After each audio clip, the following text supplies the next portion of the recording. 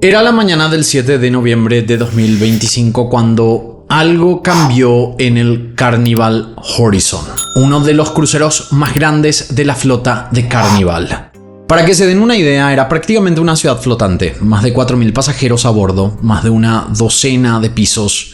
También tenía piscinas, bares, restaurantes, un cine enorme, juegos, actividades y espacios pensados para que siempre haya algo que hacer, o algún rincón donde relajarse lejos del resto. El tipo de lugar donde, irónicamente, es muy fácil perderse y donde alguien pudo pensar que también sería fácil esconder un secreto. El barco estaba en aguas del Caribe, navegando entre islas con cientos de pasajeros, disfrutando de lo que se suponía eran unas vacaciones de ensueño. Familias en las piscinas, gente cenando en los restaurantes, parejas disfrutando de la vida en alta mar. Era un día como cualquier otro en un crucero, o al menos eso parecía. Pero en uno de los camarotes, una empleada de limpieza fue a hacer su trabajo de rutina. Entró a la habitación para limpiar, como lo hacía todos los días en cientos de otras. Fue entonces cuando notó algo extraño. Debajo de una de las camas había algo que no debería estar ahí. Era un bulto, algo envuelto en una manta, cubierto con chalecos salvavidas, como si alguien hubiera intentado ocultarlo deliberadamente. Cuando la empleada investigó más de cerca, descubrió lo impensable. Era el cuerpo de una joven, envuelta, escondida debajo de la cama, como si fuera una basura que necesitaba ser desechada. La alarma se activó inmediatamente. El personal del crucero llamó a las autoridades. El FBI había sido notificado. Lo que había comenzado como unas vacaciones familiares en el mar se convirtió en una escena del crimen en medio del océano Atlántico. Poco después, cuando el Carnival Horizon regresó a Miami el 8 de noviembre, las cámaras captaron el momento en que el cuerpo fue bajado del barco dentro de una bolsa negra y trasladado hacia la oficina del médico forense. Ese video se volvió viral en redes sociales. Miles de personas vieron cómo un cuerpo salía de ese crucero sin saber quién era, qué le había pasado ni si se trataba de un accidente, o quizás una emergencia médica o algo mucho más oscuro. Mientras tanto, a bordo no hubo anuncios claros. La compañía solo emitió un comunicado sencillo y los pasajeros no recibieron una explicación directa de lo que había ocurrido. Esa sensación de misterio y silencio oficial se mantuvo hasta días después. Recién el 10 de noviembre el caso empezó a tomar forma públicamente. Se supo que la muerte estaba siendo investigada por el FBI y que la víctima era una pasajera joven, pero todavía no se conocía detalles sobre qué había pasado dentro de ese camarote, ni si había indicios de juego sucio, que es un término que se utiliza legalmente en Estados Unidos. Mientras las imágenes del cuerpo en la bolsa seguían circulando en redes, la historia detrás de esa escena todavía no tenía nombre, ni rostro, ni explicación. Lo que hace a este caso aún más perturbador es lo que descubrieron después. En ese mismo camarote, compartiendo la misma habitación, había otro adolescente. Y estaba literalmente arriba, durmiendo en la cama de arriba, sin tener ni idea que debajo de su cama estaba el cuerpo sin vida de alguien que conocía. Esa imagen, la de un chico durmiendo sin saber que estaba compartiendo espacio con un cadáver, es una de las más inquietantes de todo el caso. El crucero hizo un giro de emergencia hacia Miami, el cuerpo fue trasladado para análisis, se abrió una investigación federal porque en aguas internacionales el FBI tiene jurisdicción. Los autores de la muerte de esta joven no sabían que sus acciones estaban a punto de ser expuestas de la manera más brutal posible. Esa joven era Anna Kepner, de 18 años, de Titusville, Florida, y hoy te voy a contar todo lo que llevó a que un adolescente que subió a un crucero para pasar tiempo con su familia, que esto terminara con una muerte debajo de una cama, envuelta en una manta, como si nunca hubiera importado.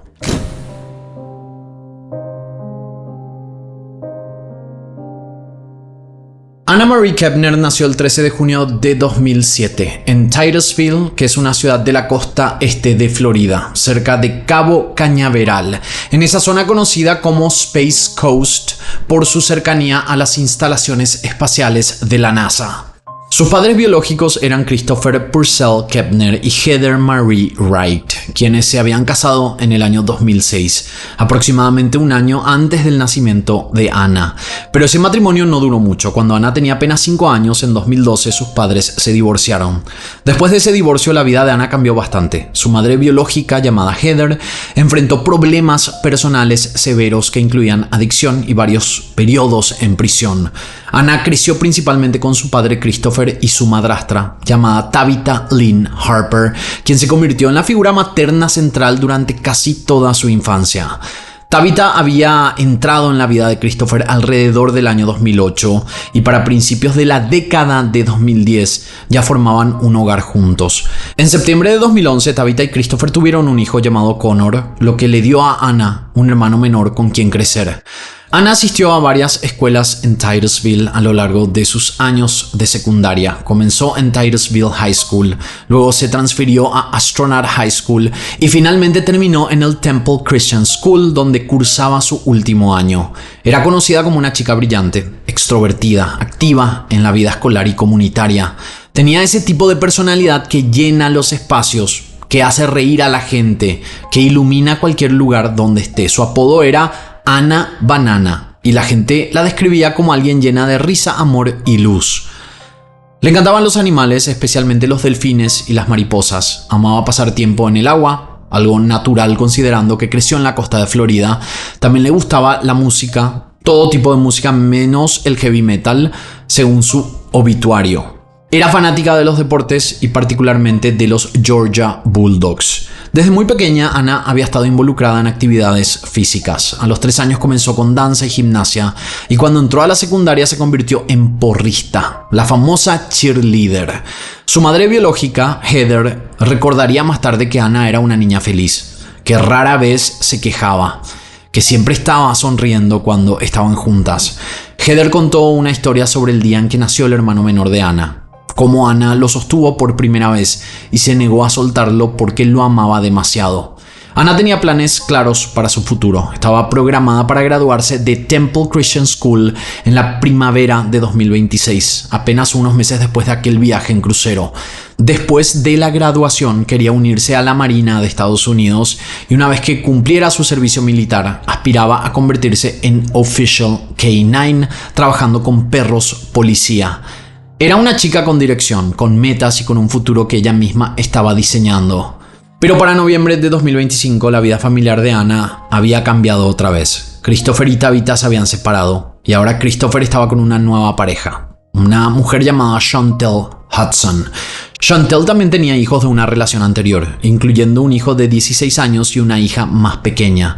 Así que Anna, que ya había vivido en una familia ensamblada la mayor parte de su vida, ahora se encontraba en otra configuración familiar, por decirlo de alguna manera. Esta era una configuración familiar nueva, con nuevos hermanastros con quienes convivir. La familia describía la dinámica como muy cercana. Decían que en su casa no existía eso de marcar quién era de sangre y quién era de paso, que todos eran simplemente familia, sin etiquetas.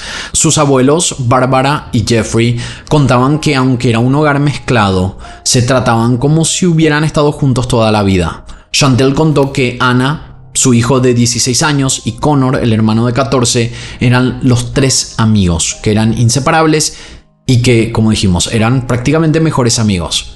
En agosto de 2025, apenas unos meses antes de su muerte, Anna había publicado varios posteos en TikTok donde expresaba su gratitud hacia su madrastra por haber sido la madre que ella sentía que necesitaba. En uno de esos videos, Anna hablaba abiertamente sobre la situación de su madre biológica, mencionando que estaba en prisión y que había tenido una relación emocionalmente distante con ella. Le agradecía a su madrastra por haber estado presente en los momentos importantes de su vida, por haberla criado, por haber sido esa figura materna cuando su propia madre no pudo estarlo. También agradecía a su padre y a sus abuelos, Barbara y Jeffrey Kepner, a quienes llamaba mamá y papá. Fue con este grupo familiar, con esta nueva familia en la que vivía Anna, que ella decidió subir a un crucero a comienzos de noviembre de 2025. El viaje comenzó el 2 de noviembre, cuando abordaron el Carnival Horizon en el puerto de Miami para unas vacaciones por el Caribe de varios días en uno de los barcos más grandes de la flota. A bordo, la familia ocupaba varios camarotes. Los adultos dormían en uno y decidieron que los 3 adolescentes mayores compartirían otro camarote. Según Chantel, esta distribución había sido sugerida por el agente de viajes y acordada mutuamente entre ella y Christopher. Los 3 adolescentes compartiendo un camarote, como esos 3 amigos inseparables que la familia decía que eran. Lo que nadie sabía es que uno de estos 3 adolescentes nunca regresaría vivo de ese viaje.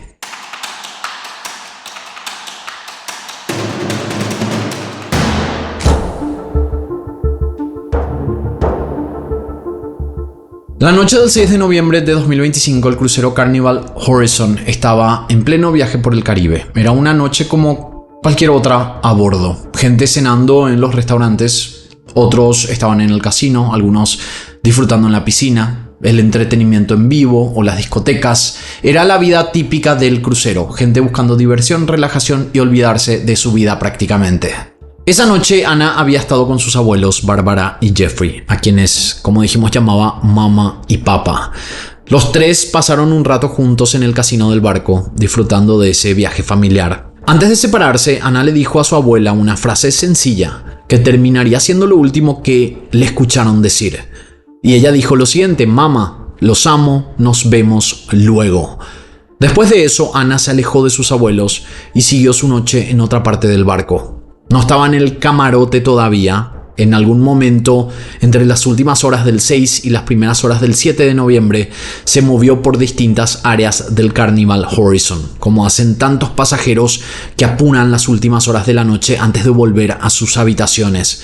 Lo que no está completamente claro en los reportes públicos es el detalle minuto a minuto de dónde estuvo y qué hizo justo antes de regresar al camarote. En algún punto de esa madrugada, Anna volvió al camarote que compartía con los otros 2 adolescentes de la familia. Las cámaras internas del barco registraron que ella ingresó a esa habitación. Lo que pasó dentro de ese camarote, después de que la puerta se cerró, es justamente lo que el FBI está tratando de reconstruir. Ahí está concentrado el misterio central de este caso. A la mañana siguiente, el 7 de noviembre, se activó una alerta médica a bordo, dirigida específicamente al camarote que Anna compartía con los otros 2 chicos. Según el relato de la abuela, una empleada de limpieza acudió a la habitación de los chicos. Al agacharse y mirar debajo de una de las camas, encontró el cuerpo de Anna, envuelto en una manta y cubierto con varios objetos, entre ellos chalecos salvavidas amarillos de los que se guardan en los camarotes para emergencias. El camarote era uno de esos espacios típicos del crucero, angosto, funcional, con camas pensadas para aprovechar cada centímetro. Había una cama baja cerca del suelo y sobre ella una cama tipo litera donde, según los reportes, había estado durmiendo el hermano menor de Anna durante parte de la noche. Esa distribución hacía que el cuerpo escondido debajo y la persona durmiendo arriba estuvieran literalmente separados por unos pocos centímetros de distancia. Lo que se supo después es que las autoridades determinaron que Anna no había muerto de causas naturales y que su muerte fue catalogada como homicidio. El crucero activó sus protocolos, se avisó al FBI y el barco continuó hacia Miami, donde las autoridades federales pudieron tomar control de la escena y de la investigación. En medio de esas horas confusas, lo que no se podía negar es que cuando el crucero llegó al punto en que las autoridades pudieron intervenir, Anna ya no estaba viva. Y la escena en ese pequeño camarote se había convertido en el centro de una investigación por homicidio en alta mar. Lo que convertiría esto en un homicidio no era solo la manera en que murió, era cómo fue tratado su cuerpo después, escondido debajo de una cama. Eso no era el resultado de un accidente, eso era intencional, esto era un ocultamiento.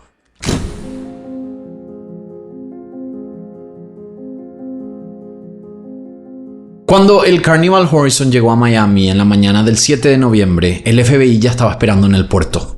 En este tipo de casos, los crímenes cometidos en aguas internacionales a bordo de barcos que salen de Estados Unidos quedan bajo jurisdicción federal. Así que el caso de Anna pasó directamente a manos de agentes federales. Lo primero fue asegurar el camarote donde la encontraron, registrar la escena con fotografías y recolectar toda la evidencia física posible en ese espacio reducido.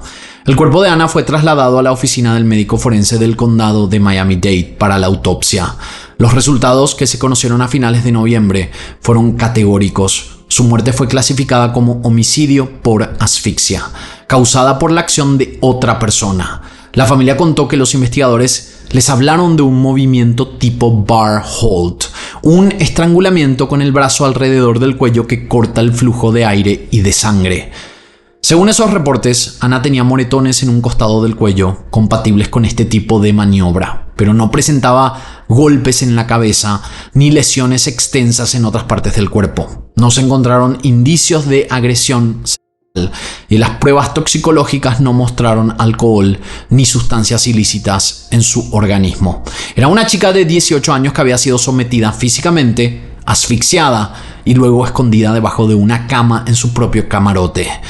Mientras tanto, los investigadores empezaron a revisar las cámaras de seguridad del crucero. Como la mayoría de estos barcos, el Carnival Horizon tiene cámaras en pasillos, accesos a camarotes y áreas comunes, lo que permite reconstruir parte de la línea de tiempo. Aunque no exactamente lo que ocurre dentro de las habitaciones, porque obviamente en las habitaciones no hay cámaras. Las imágenes mostraron a Anna entrando al camarote que compartía con su hermano menor y con el hermanastro de 16 años. Después de eso, no hay registros de que haya salido de ese cuarto. A partir de ahí, las cámaras muestran movimientos concentrados en una sola persona. Estamos hablando del hermanastro de 16 años, el hijo de Chantel. Los registros lo ubicaban entrando y saliendo del mismo camarote en distintos momentos de la noche y de la madrugada. Y esto además en la franja horaria en la que se cree que Anna murió. Esos movimientos, sumados a cómo fue encontrado el cuerpo, lo colocaron rápidamente en el centro de la atención de los investigadores. Sobre el hermano menor de 14 años, llamado Connor, que también compartía habitación con Anna y el hermanastro, los detalles que se conocen vienen filtrados a través de terceros. Según contó el exnovio de Anna, llamado Joshua Tew, el propio Connor le contó que en un momento de la noche quiso entrar al camarote, pero la puerta estaba cerrada por dentro, y escuchó al hermanastro gritarle a Anna como si estuvieran discutiendo, junto con ruidos de cosas golpeando dentro de la habitación. En otro reporte se menciona que más tarde, cuando pudo entrar, el hermano menor vio que Anna no estaba en su cama. Asumió que se había ido con los adultos y se acostó a dormir sin imaginar que el cuerpo de su hermana estaba oculto debajo de una de las camas. Mientras se iban sumando estos elementos, también aparecieron datos sobre el comportamiento del hermanastro después de la muerte de Anna. Cuando el barco llegó a Miami, el chico de 16 años no fue arrestado ni presentado ante cámaras. En cambio, fue llevado directamente a un hospital psiquiátrico para observación. Según relataron los abuelos, y se desprende de documentos posteriores, esa decisión reforzó la idea de que algo en su estado mental o emocional había alarmado a las autoridades, aunque oficialmente nunca se explicó en detalle el motivo. El FBI entrevistó a todos los miembros de la familia que estaban en el crucero. Al padre de Anna, Christopher, a Chantel, que la pareja actual de su padre, a los abuelos Barbara y Jeffrey, y a los dos adolescentes que compartían el camarote con ella.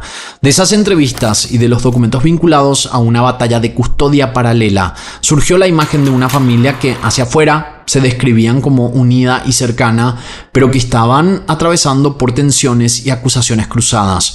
Chantel sostuvo que los tres chicos eran los tres amigos inseparables, mientras otros relatos empezaban a señalar miedos, incomodidades y límites difusos en la convivencia.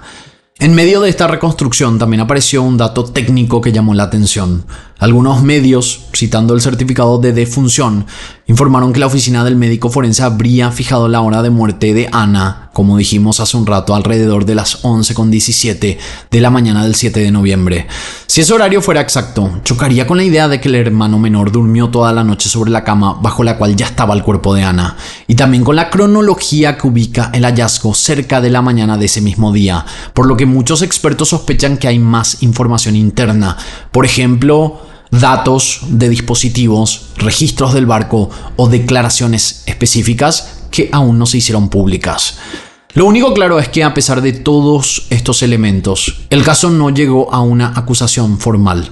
En documentos judiciales relacionados con la disputa de custodia, se menciona que el hermanastro de 16 años es considerado sospechoso o está bajo investigación por parte del FBI, pero hasta ahora no se han presentado cargos en su contra.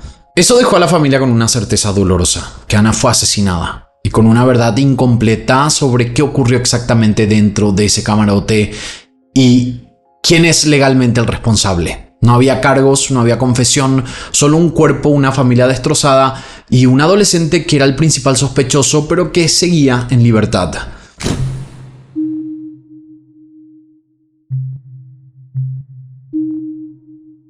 El hermanastro de Anna tenía 16 años cuando subió al crucero Carnival Horizon con la familia. Era hijo de Chantel Hudson, de una relación anterior, y su padre biológico no formaba parte del grupo que viajaba en el barco. Por tratarse de un menor de edad y de una investigación todavía abierta, en este video no vamos a mencionar su nombre, después de que el cuerpo de Anna fuera encontrado, la situación alrededor de este adolescente cambió por completo. Cuando el crucero llegó a Miami, él no fue tratado como un pasajero más que simplemente desembarcaba y se iba. En lugar de ser llevado a una comisaría o quedar libre, fue trasladado directamente a un hospital psiquiátrico para observación. En documentos y audiencias posteriores se menciona que fue internado tras el incidente del crucero, lo que sugiere que las autoridades percibieron algo serio en su estado mental o emocional en ese momento.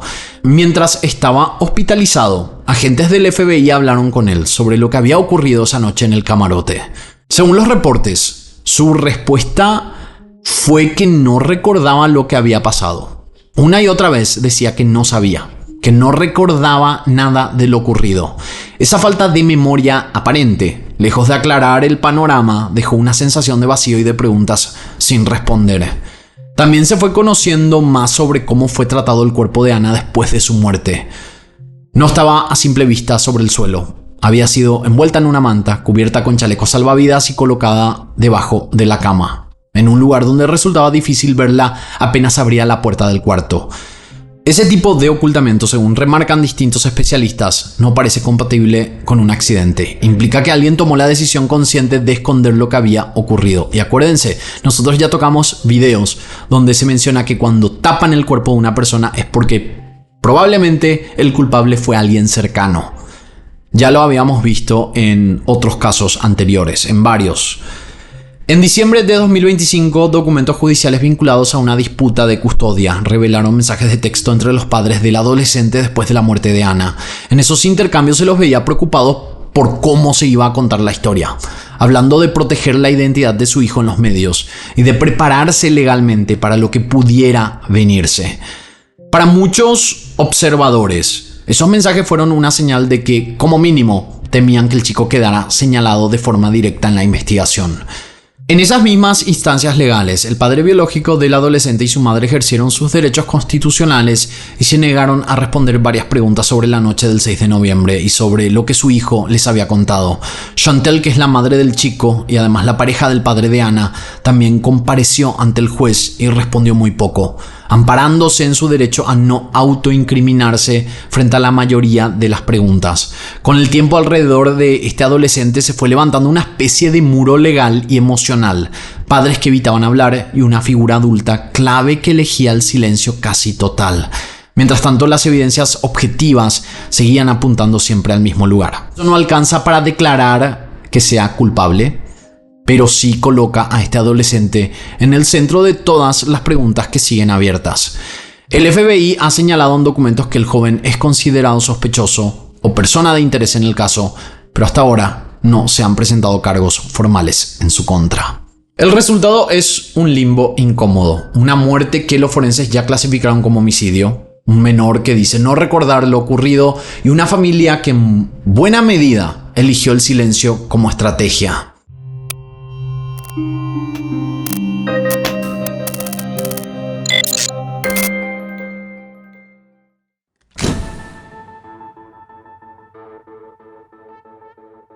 Hasta ahora el caso de Anna Kepner sigue sin una resolución legal clara. No hay arrestos ni cargos formales. Solo un adolescente de 16 años señalado en documentos como sospechoso o personas de interés. También una familia dividida y muchas preguntas sin respuestas. A partir de lo que se conoce públicamente se puede trazar un abanico de hipótesis, pero ninguna ha sido confirmada en tribunales. La mayoría de quienes han seguido el caso consideran que la hipótesis más fuerte es que el hermanastro de 16 años está involucrado en la muerte de Anna. Las cámaras de seguridad y los registros de llaves lo sitúan entrando y saliendo del camarote en las horas clave. sin evidencia de que otra persona ajena a la familia haya entrado en ese periodo. A eso se suma el hecho de que la autopsia habla de una asfixia mecánica provocada por otra persona y que el cuerpo fue ocultado de forma deliberada debajo de la cama. El gran vacío sigue siendo el por qué. Nadie fuera de ese camarote sabe qué pasó entre Ana y quién la mató, ni si fue una discusión que escaló, una situación que se salió de control o un acto de violencia que venía gestándose desde antes. La autopsia descartó agresión sexual y no encontró alcohol ni sustancias en su organismo, lo que deja fuera varias explicaciones típicas, pero sin testigos directos ni confesión. El motivo permanece como uno de los puntos más oscuros del caso. También existe una hipótesis mucho menos probable, que alguien más haya logrado entrar al camarote sin quedar registrado en cámaras ni en los sistemas electrónicos del barco. Técnicamente no es imposible, pero en un crucero moderno con pasillos vigilados y llaves que dejan rastros, muchos expertos consideran que ese escenario es extremadamente remoto. Otra variante que se menciona es la de un accidente mal manejado, pero el lenguaje del informe forense, homicidio por asfixia mecánica causada por otra persona, no encaja con una caída, un tropiezo o una situación accidental encubierta de manera torpe.